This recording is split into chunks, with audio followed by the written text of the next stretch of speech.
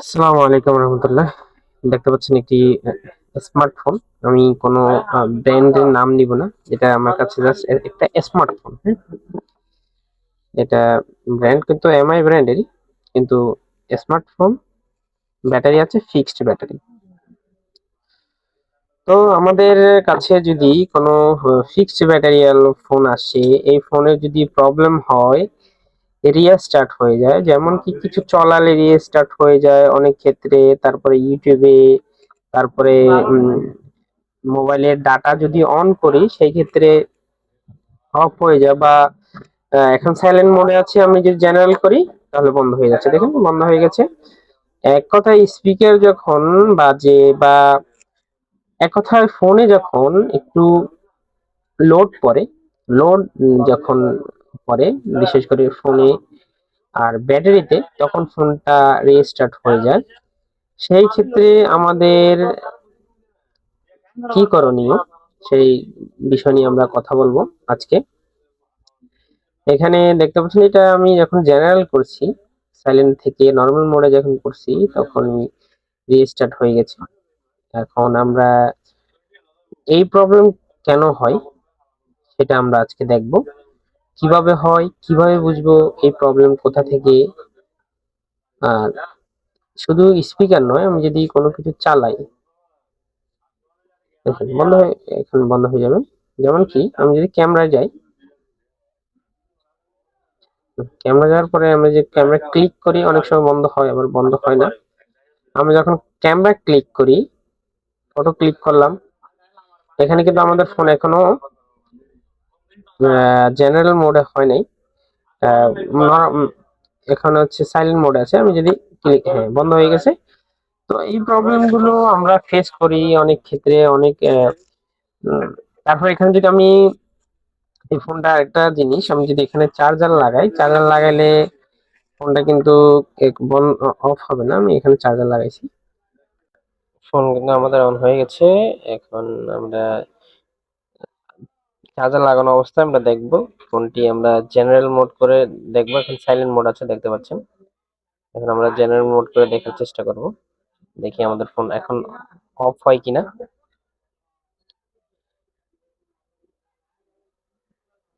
দেখবেন জেনারেল মোডে, আমাদের সাইলেন্ট মোড থেকে সাইলেন্ট মোড অফ হয়ে গেছে। এখন দেখেন এখানে কিন্তু আমাদের ফোন অফ হয় নাই।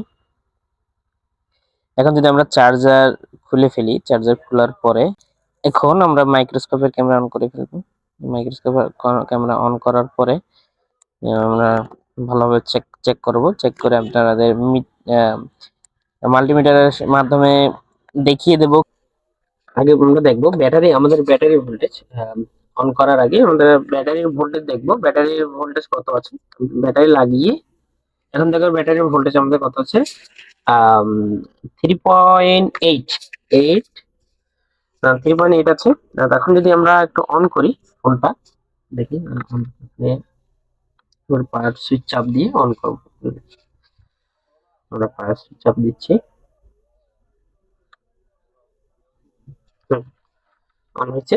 দেখেন আমার লোগো চলে এসছে।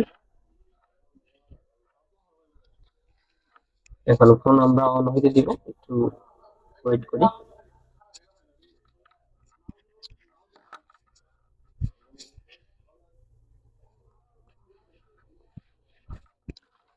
এই ধরনের ভিডিও কিন্তু আমার ইউটিউব চ্যানেলে অলরেডি আছে। তারপর আমি একটু ডিটেলসে ভিডিও, মানে যেটা নতুনদের জন্য, বিশেষ করে নতুনদের জন্য। এখন আমাদের ফোন কমপ্লিট অন হয়ে গেছে।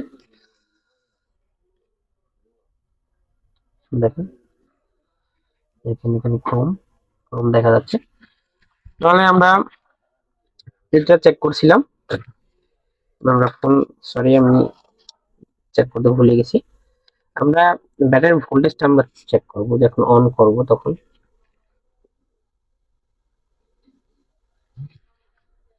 দেখেন আমার লোগো চলে আসছে। এখন আমরা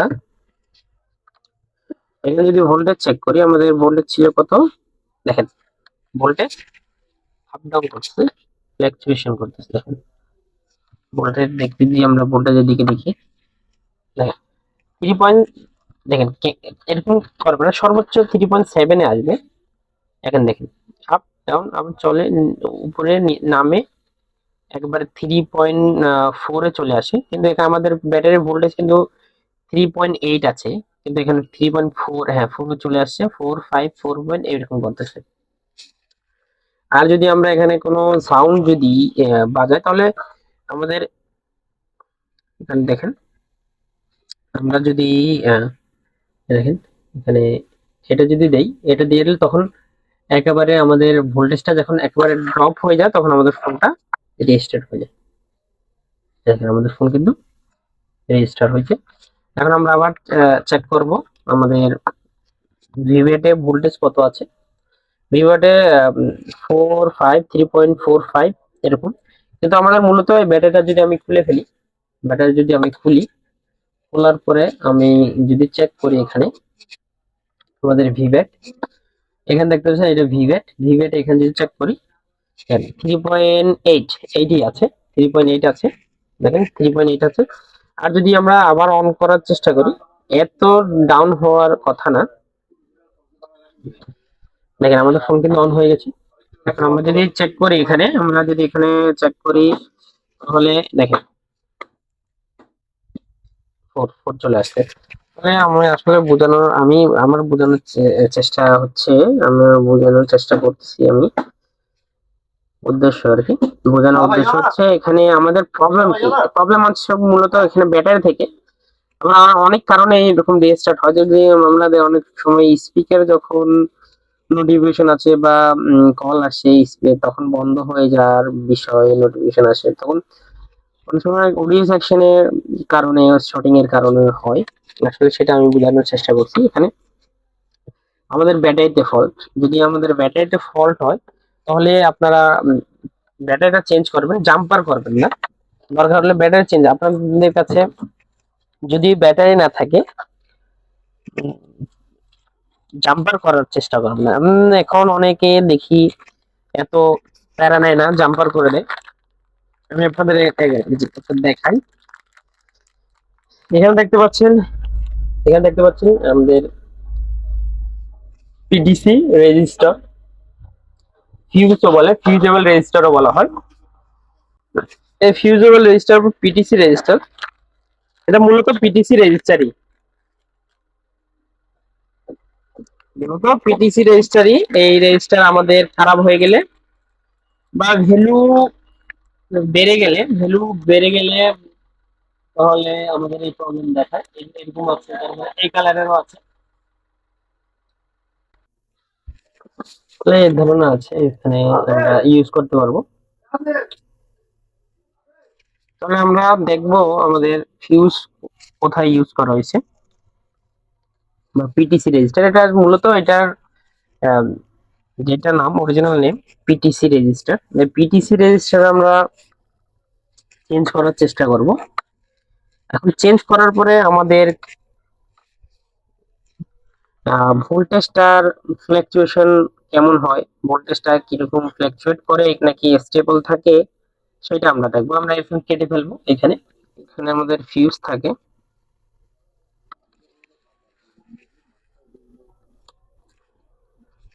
আমাদের ফিউজ আমরা দেখাই, ক্লিয়ার করে যদি, দেখেন আমাদের পিটিসি রেজিস্টার এখানে, আমাদের পিটিসি রেজিস্টার, এই রেজিস্টার আমরা চাইলে যদি একটু এখানে যদি সোল্ডারিং করে দিই তাহলেও চলে, কিন্তু বেশি দিন চলবে না, আবার রিটার্ন আসবে ফোন, কিন্তু আবার রিটার্ন আসবে। এর চেয়ে চেঞ্জ করাই ভালো। আর জাম্পার করবেন না, জাম্পার করলে চলবে, কিন্তু জাম্পার করলে এটার কোম্পানি কোনো কিছু এমনিতে দেয় না, কোম্পানি কোনো কিছু, একটা রেজিস্টার, একটা ক্যাপাসিটর, একটা কয়েল, একেবারে যেগুলো ফিউজেবল কয়েল আছে, তারপরে যে কোনো ফিউজেবল রেজিস্টার আছে, ওগুলো এমনি এমনি দেয় না। চাইলে জাম্পার করে দিতে পারতো বা লাইনগুলো ডাইরেক্ট করে দিতে পারতো কোম্পানি চাইলে, কিন্তু দিচ্ছে কেন? কারণ ফোনের সেফটির জন্য। আমরা যদি এটা যদি আমরা জাম্পার করে দেই, তাহলে ফোনের সেফটিটা নষ্ট হয়ে গেল, সিকিউরিটিটা নষ্ট হয়ে গেল। তাহলে আমরা করব না, ফোনের সেফটি নষ্ট করব না, আমরা চেষ্টা করব এটা চেঞ্জ করে দেওয়া। তাহলে আমরা চেঞ্জ করে আপনাদের সাথে আমি শেয়ার করতেছি। চেঞ্জ করার পরে কেমন কি রেজাল্ট আসে, ভোল্টেজের ফ্লাকচুয়েশনটা হচ্ছে কিনা বা স্টেবল হচ্ছে কিনা সেটা আমরা দেখার চেষ্টা করব। তাহলে আমরা চেঞ্জ করে দিই।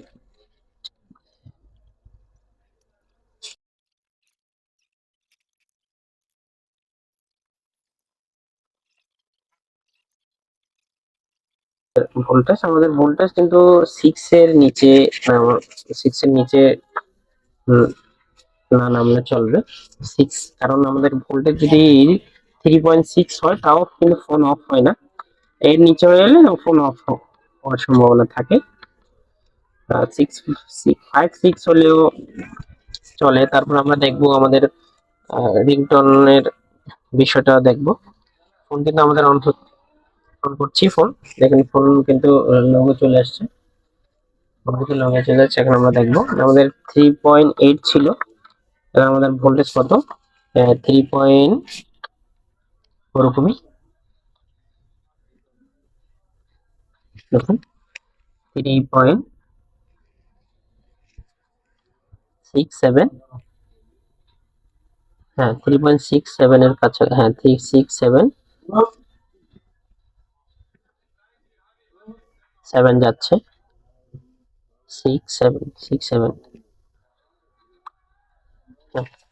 আমাদের ফোন আশা করি অন হয়ে গেছে।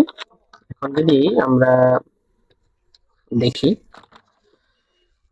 দেখতে পাচ্ছি আমরা ফোনের ফোন এখন সাউন্ডও আসতেছে, দেখতে পাচ্ছি ফোন। এখন আমরা দেখার চেষ্টা করবো। এখানে দেখেন, আমরা চ্যানেল মোডে করলাম, তারপরে ফোন অফ হচ্ছে না, ফোন এখনো অফ হচ্ছে না। তারপরে আমরা যদি দেখার চেষ্টা করি কি করছিল, আগে সাউন্ড হলে ফোন অফ হয়ে যায়, এখন সাউন্ড হলেও ফোন অফ হচ্ছে না। তারপরে আমরা কিছু প্লে করার চেষ্টা করব, কোনো সাউন্ড।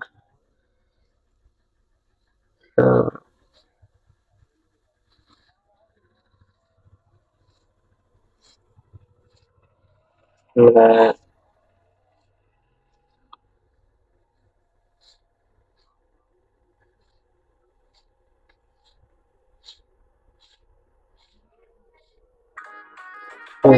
ফোন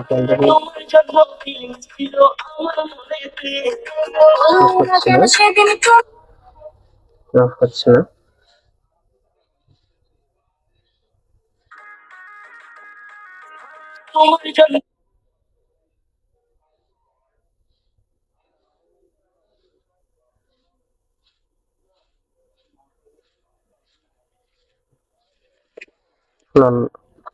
এই ক্ষেত্রে এই প্রবলেম গুলো আমাদের কিন্তু যখন আমরা চার্জার লাগাইছিলাম তখন কিন্তু বন্ধ হচ্ছে না। তাহলে এখান থেকে বোঝা যায় যে চার্জার লাগিয়ে যদি ফোন যদি বন্ধ না হয়, অনেক ক্ষেত্রে এই প্রবলেম হলে চার্জার লাগালেও আম, বন্ধ হয়ে যায়। এগুলো হচ্ছে মডেল অনুযায়ী।